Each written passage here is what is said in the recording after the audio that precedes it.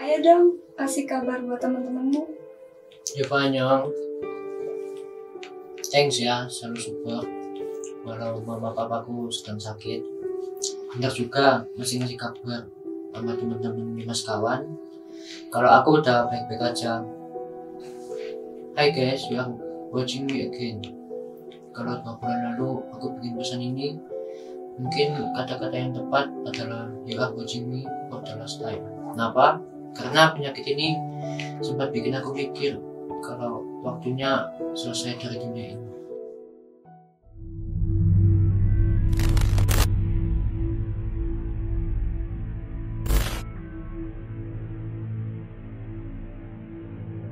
Aku dinyatakan positif COVID tanggal 31 Oktober 2022. Dan itu untuk pertama kalinya setelah bertahan hampir 2,5 tahun menjaga diri di tengah pandemi.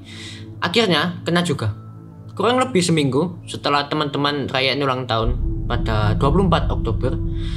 Aku gak tahu kenapa, yang pasti semuanya privat dan terbukti teman-teman pada baik-baik saja kan. Aneh memang. Cuma ini fakta. Entah karena memang COVID itu belum bisa ketebak atau juga karena ini varian baru. Yang pasti memang aku positif COVID. Kita sempat isoman bareng di rumah masing-masing. Dan aku bersyukur banget memang teman-teman gak ada yang kena. Begitu pula orang tuaku. Besoknya mereka ambil inisiatif jaga aku di rumah dan siapin suster home care untuk cek kondisi di rumahku. Dan ternyata katanya ini masih pada batas yang aman. Mulai dari denyut nadi, saturasi, semua masih dalam batas yang nyaman. Aku jadi lega. Tapi ternyata pada saat yang sama, aku terima kabar kalau mamaku ikut terjangkit gara-gara aku. Akhirnya di tanggal-tanggal berikutnya, aku jadi stres, emosi. Dan di hari-hari ini, pikiranku muter macam-macam.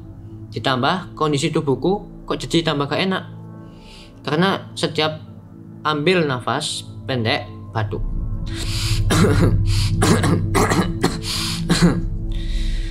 Dan itu sakit banget di tenggorokan. Dan akhirnya di tanggal 7 aku harus ke rumah sakit.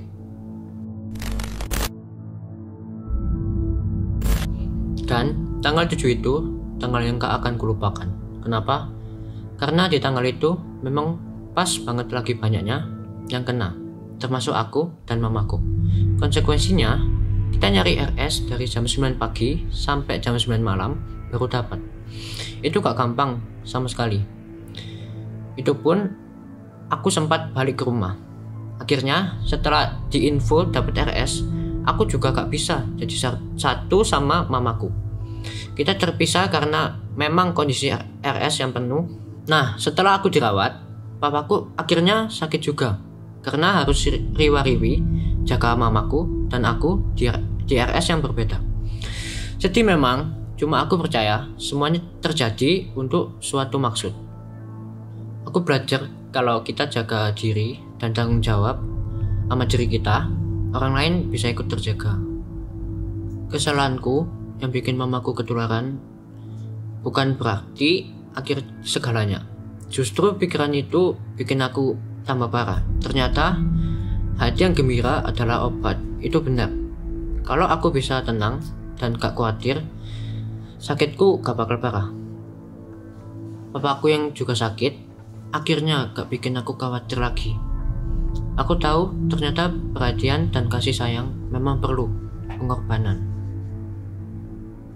Yobo dan Dimas kawan, kayak booster yang udah Tuhan beri untuk aku supaya gak fokus sama masalahku. Tapi ada masalah yang lebih besar tentang kita, yaitu sama-sama pengen ngelihat gereja bisa bersatu.